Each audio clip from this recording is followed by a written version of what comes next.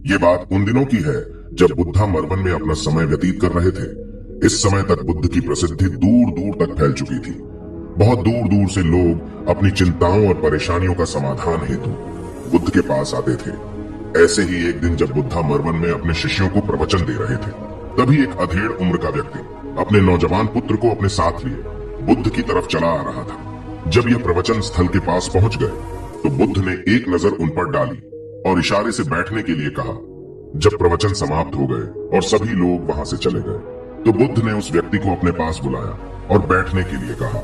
वहां चारों तरफ हरियाली छाई हुई थी, मौसम बहुत सुहाना था और तरह तरह के पक्षियों की आवाजें गूंज रही थी। ऐसा नजारा देखकर उस व्यक्ति को अंदर से असीम शांति महसूस हो रही थी।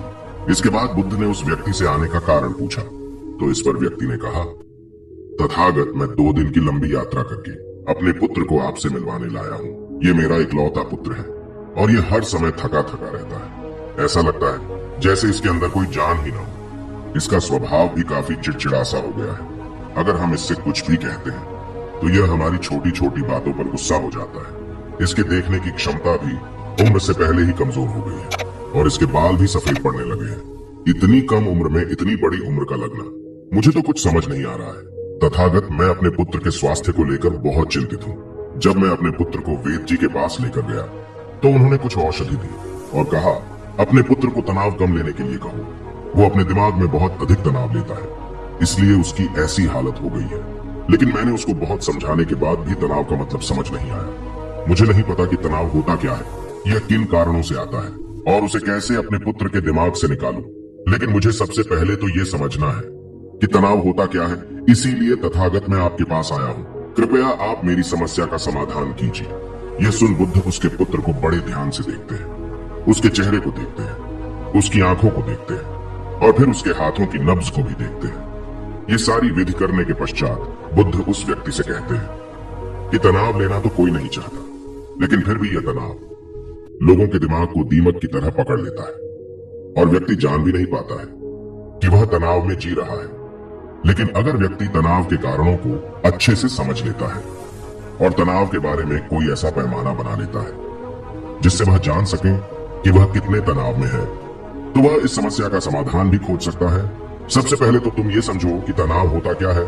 जब भी कोई व्यक्ति कोई काम कर रहा होता है लेकिन उसका मन कहीं दूर भटक रहा होता है, कल्पनाओं में होता है, तो उसके शरीर और मन के बीच एक दूरी पैदा हो जाती है। ये दूरी जितनी अधिक होगी, व्यक्ति उतनी ही ज्यादा बेहोशी की अवस्था में होता है और शरीर व मन के बीच की इसी दूरी और खिंचाव को तनाव कहा जाता है। आखिर कोई पसंदीदा खेल खेलने के बाद व्यक्ति चुस्ती और प्रसन्नता से क्यों भर जाता है, जबकि उसने तो अपने शरीर को थकाया है। लेकिन समझने वाली बात यह है कि खेलते समय मन और शरीर एक साथ पूरी तरह से उस खेल में केंद्रित होते हैं, जिससे शरीर और मन के बीच दूरी पैदा नहीं होती और कोई तनाव पैदा नहीं होता। और अगर दिमाग में कोई तनाव था तो वो भी दूर हो जाता है।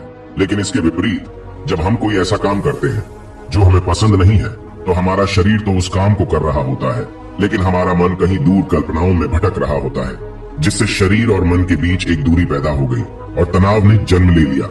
इसीलिए व्यक्ति को एक समय पर सिर्फ एक ही काम करना चाहिए और अपने तन और मन की सारी शक्ति उसी एक काम पर लगा देनी चाहिए, जिससे व्यक्ति के अंदर तनाव पैदा ही ना हो। इसके बाद बुद्ध ने कहा, तनाव पैदा होने के मुख्य 8 कारण होते हैं और जिसने इन कारणों को समझ लिया वो जीवन भर तनाव मुक्त रह सकता है। मुख्य कारणों में सबसे पहला कारण है अति महत्वाकांक्षी होना।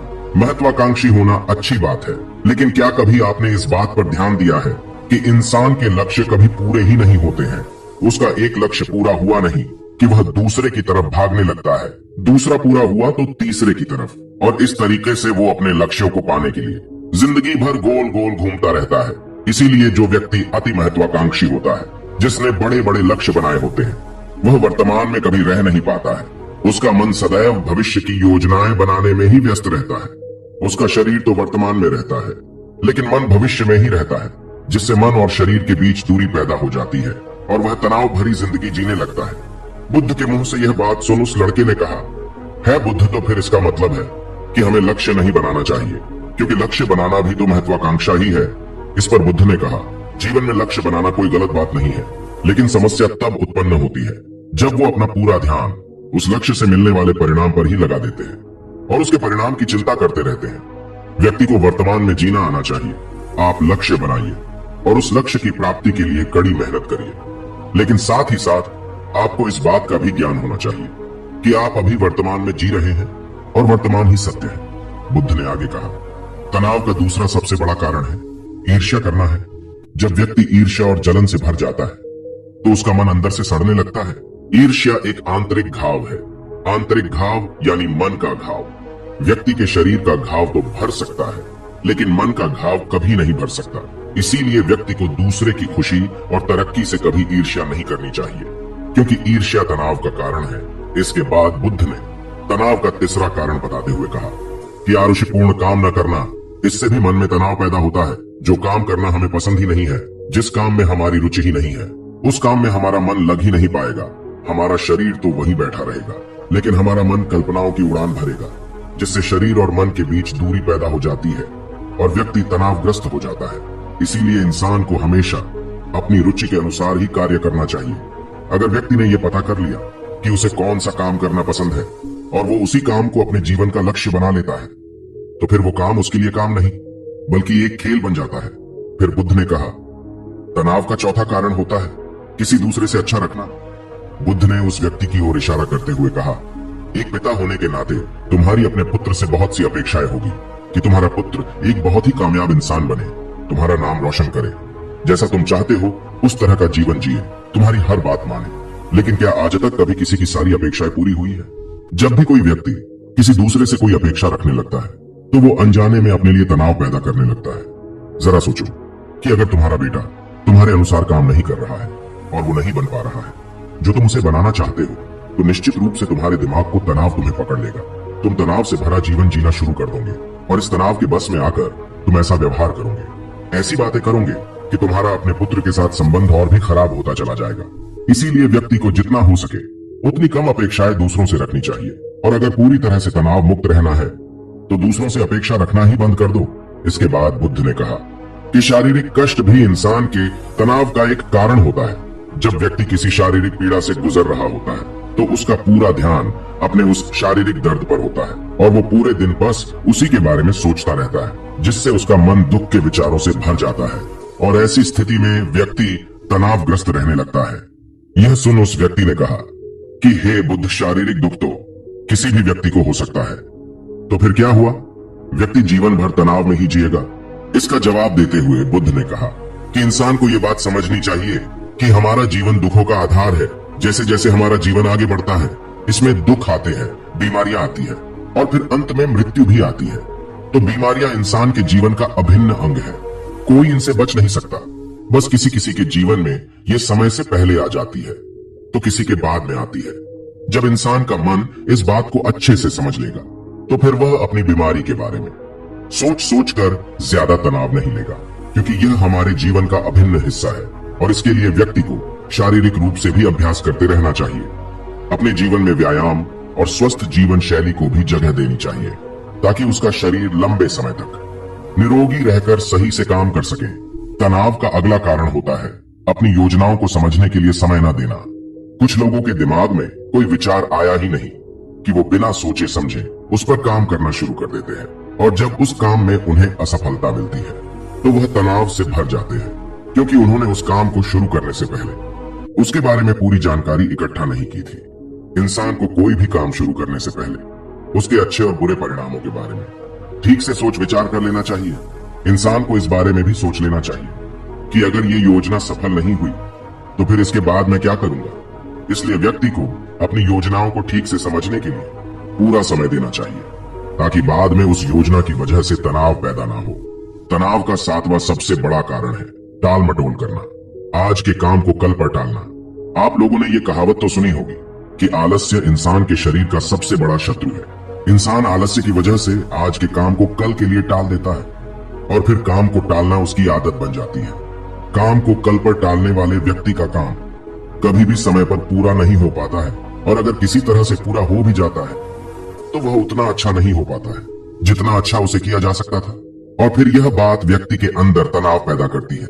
लेकिन काम को टालना या काम को एकदम अंत समय पर करना एक आदत है, इसीलिए व्यक्ति ना चाहते हुए भी बार बार अपनी इस आदत का शिकार बन जाता है और काम को टालता रहता है। और फिर जब काम की समय सीमा पास आ जाती है तो वह तनाव से भरकर काम को पूरा करने का प्रयास करता है। इसीलिए तनाव मुक्त रहने के लिए व्यक्ति को काम को टालने की आदत छोड़नी पड़ेगी, और यह तभी संभव है जब व्यक्ति काम को समय से पहले खत्म करने का निश्चय करे।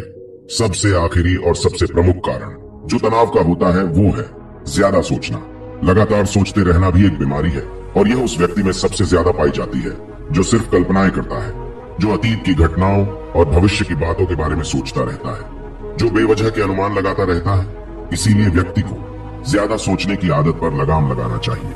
इसके लिए जितना हो सके खुद को काम में व्यस्त रखना चाहिए, और हर दिन ध्यान का अभ्यास करने को अपने जीवन का हिस्सा बना लेना चाहिए। बुद्ध के मुंह से यह सारी बातें सुनकर उस व्यक्ति ने हाथ जोड़कर कहा, बुद्ध, मेरा पुत्र तो अभी मात्र 20 वर्ष का ही है, और इसमें अभी इतनी समझ भी नहीं है कि यह आपकी बताई सारी बातों का एक साथ पालन कर सके। आप कृपया करके तनाव मुक्त रहने का कोई आसान सा तरीका बता दें, जिससे मेरा बेटा उसका अनुसरण भी कर सके और तनाव मुक्त भी रह सके। उस व्यक्ति की यह प्रार्थना सुन बुद्ध ने कुछ सोचते हुए जवाब दिया, अगर तुम इतनी सारी बातों का पालन नहीं कर सकते हैं तो इसके लिए एक बहुत ही आसान विधि है। तुम एक बार मैं एक काम को करने पर ध्यान लगाओ। जो भी काम कर रहे हो उस समय पर सिर्फ उसी काम को करो, सिर्फ उस पर ही अपना पूरा ध्यान लगाओ। और अगर तुम्हारा मन इधर उधर भटक जाता है तो जैसे ही तुम्हें याद आए उसे वापस फिर उसी काम में लगा दो। ये सबसे आसान और अच्छा तरीका है तनाव मुक्त रहने का। जब तुम भोजन करो तो उस समय सिर्फ भोजन ही करो, उसके पूरे स्वाद का आनंद लो, उसका अनुभव करो। जब चलो तब अपना पूरा ध्यान सिर्फ चलने में ही लगा दो। इससे तुम्हारा मन और तुम्हारा शरीर दोनों एक जगह पर केंद्रित रहेंगे, दोनों के बीच दूरी पैदा नहीं होगी, जो कि तनाव का मुख्य कारण होती है। इसीलिए जहां तक संभव हो सके एक समय पर सिर्फ एक ही काम करने का प्रयास करें, वो भी पूरे ध्यान के साथ। दोस्तों, आशा करता हूँ कि आपको इस कहानी से काफी कुछ सीखने को मिला होगा। धन्यवाद।